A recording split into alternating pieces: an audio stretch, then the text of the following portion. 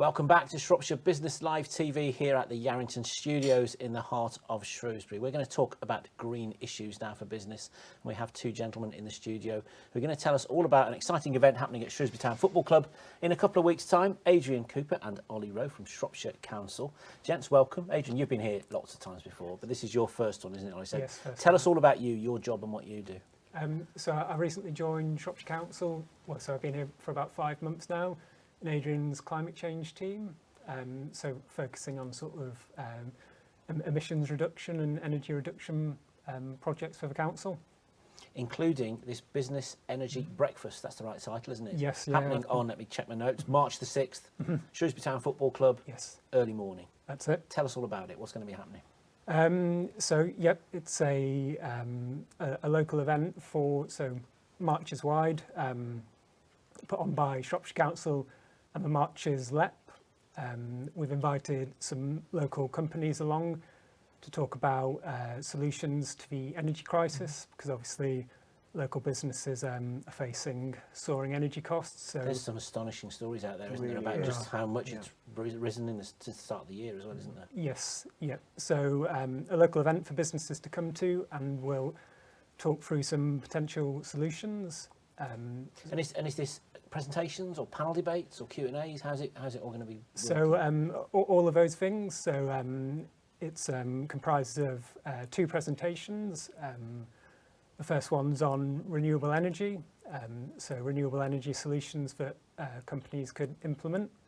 So we'll be having a presentation from the Big Solar Co-op, and then that will be followed by a panel discussion, and we'll invite some other local specialists, including ASON, to talk about battery solutions. And then we'll also have Tim Yare from the Marches LEP, and he'll talk about a new grant that is available for people to bid on. We like that. We like money available for local businesses, don't we? So, and lots of different. I mean, Adrian, from your point of view, obviously energy prices has put the importance of being as efficient as you possibly can be right to the top of the headlines since Christmas, hasn't it? But I mean, you've been banging this drum for a long time, haven't you? So, I mean, in some ways we saw this coming, but it's perhaps even worse. And the reality, I'm afraid, is becoming horribly real for many businesses in Shropshire and the Marches. And, there's perhaps a tendency to think that this is going to coincide with the whole challenge at home. But actually, of course, as with many homes, a lot of businesses are still on a fixed rate.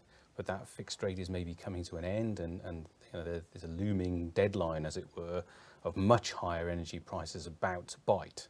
It's not all at once, it's coming in bits and pieces, and we can see that coming. And so the council's role in this really is to try and help in terms of making available information about stuff that's going on right now, or stuff that's coming really soon, which is going to be able to help a business to actually plan meeting this challenge, using all the various bits of advice and guidance and grants and stuff that's available through the sorts of speakers and panellists who are part of this event, basically. So the council's role in this particular event then really is more facilitating than actually leading, is it? So we're not speaking at this. We're not particularly well qualified to talk about business energy advice necessarily ourselves, notwithstanding that the council's energy bill is pretty high. But other people have worse challenges than we do in some particular circumstances, which these experts will be in a great position to help them with. This is really going to help them, isn't it? Obviously, it is a hot topic at the moment. As you say, businesses are thinking of what's coming ahead. Yeah. So something like this is where they can go and learn, find out, chat to other people with these panel debates as well, and find out more information. Exactly. We're so lucky in Shropshire in some ways, because we've got a lot of local businesses who are already part of the solution here. We do have people who can offer really good quality professional advice on these topics. How do I look at my premises and work out how I can use less energy? How can I use renewable energy technologies or battery storage, in order to help reduce my bill and weather this storm? And there's a bit of capital investment, but equally you've got grant funding becoming available, and you've got things like the Big Solar Co-op that Ollie referenced. That is a crowdfunding platform, so they will help you to design a solar roof-mounted solution potentially for your premises if it's got all the right attributes. But not only that, but in the right circumstances, they would also fund the installation of that roof-mounted solar system and simply sell you the energy at a fixed cost. In terms of business, I was just going to say, like, obviously people are trying to save money, but at the same time they're going green because they are looking at these solutions you mentioned, solar, which they might not have thought about. They just carried on paying that energy bill, and now they're thinking of those different solutions. Yeah, I mean, in my way, you know, in my agenda and that of Ollie and my team is really around carbon reduction and meeting the challenge of climate change. And it just so happens that, of course, that many of the solutions that reduce carbon emissions are also a really good way of reducing your energy costs and potentially building greater resilience. You know, if you're generating your own energy and you can store that on your own premises, you are less dependent on, you know, the grid connection that you might have for your power at the moment, being the only source of energy. Do you think as well now, because of what's happened to the economy, businesses are maybe a little bit more prepared to invest some money up front for more longer term benefits, whereas maybe the upfront investment previously might have been a hindrance to stop them doing it? Is that your experience, Ollie? Yes, yep. I think that makes a lot of sense given the soaring energy costs. You only have to look sort of in terms of payback, not too long in the future, and you can pay back some of these schemes. So are they going to, the idea of this event then presumably is that there will be actual practical takeaways where businesses can come out and start acting on some of the things they've learned immediately, rather than things that are coming in the future 2, 3, 4 years down the line? Is that the... Yep, that's the intention. And another big part of the event will be, so after the presentations and the panels, will be the networking. So people will be able to come to the people they've heard about and talk about how they could implement them for their companies.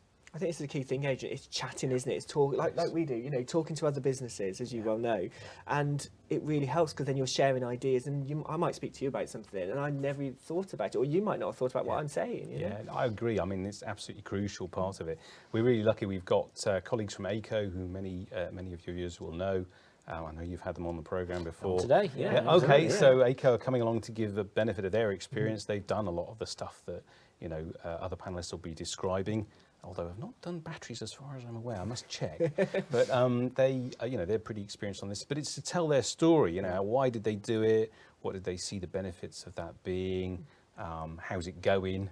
You know, where have they come across problems and things that people might want to do differently or avoid? You know, and isn't that's the really powerful thing, isn't it? Because if you're an organisation or somebody selling a product and you stand up and say, our product's great, well, you would say that, wouldn't you? But if you can hear it, a testimonial from a business that's not got an axe to grind, hear it from a customer, it matters more. People will relate to it more and they'll believe it more. So, have you got lots of those kind of stories that are out there at the moment? Companies that are prepared to say, listen to us, we've done this. Increasingly, I think, and you know, certainly we are blessed locally with some really strong sources of advice, and we're very lucky. Again, another company that we've got locally in Shrewsbury is Evora Edge. I'm sure Neil Dady's probably been on your programme as well. So he's coming along to give the benefit of all his experience, many years of experience in this area of work, helping businesses to do this. So he'll, I'm sure, be able to give some really good examples of what it's actually done, you know, people have done in practice and what the outcome of doing that has been.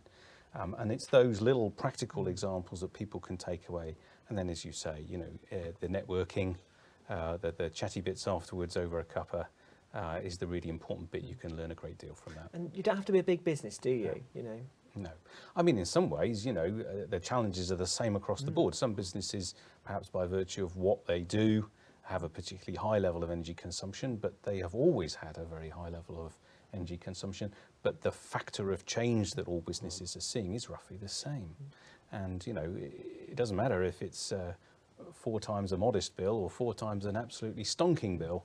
If 4 times is what you're facing, that's a challenge for any business. Really frankly. It's the shock factor with how quickly it's changed as well, isn't it? And that it's completely out of a company's control unless they restructure in some way or other. And of course, Ollie, it's easier for some companies in some sectors to do that than others, isn't it? Yeah. What will be the main takeaway from this then in terms of at the end of it? Are you hoping this will become the start of something regular? Is it going to be a talking shop that builds onto other things, do you think? There'll be potential to make it a regular occurrence if businesses find it valuable. Yes, we could definitely look at doing that. So give us the important things then. If businesses are interested in registering, if they haven't already, what do they do? Where do they go? What do they have to do? First of all, it's free, isn't it? We should make that. Yep, it's a free event. They just have to register, so we have a rough idea of how many people are going to attend, but register and then turn up on Monday, March the 6th. 8 o'clock it starts. Breakfast will be provided, teas, coffees. So just turn up and listen. Sounds good. Where's it taking place? Shrewsbury Town Football Club. And if people want to register, I know there's an article on the Shropshire Council newsroom, Yes. isn't it, which I think is newsroom.shropshire.gov.uk, but just Google and people can find out the details. can't they? There's an Eventbrite portal for Is there? registration, Brilliant. so that will be in that piece, and Fantastic. hopefully you can Google it and find Yeah, that.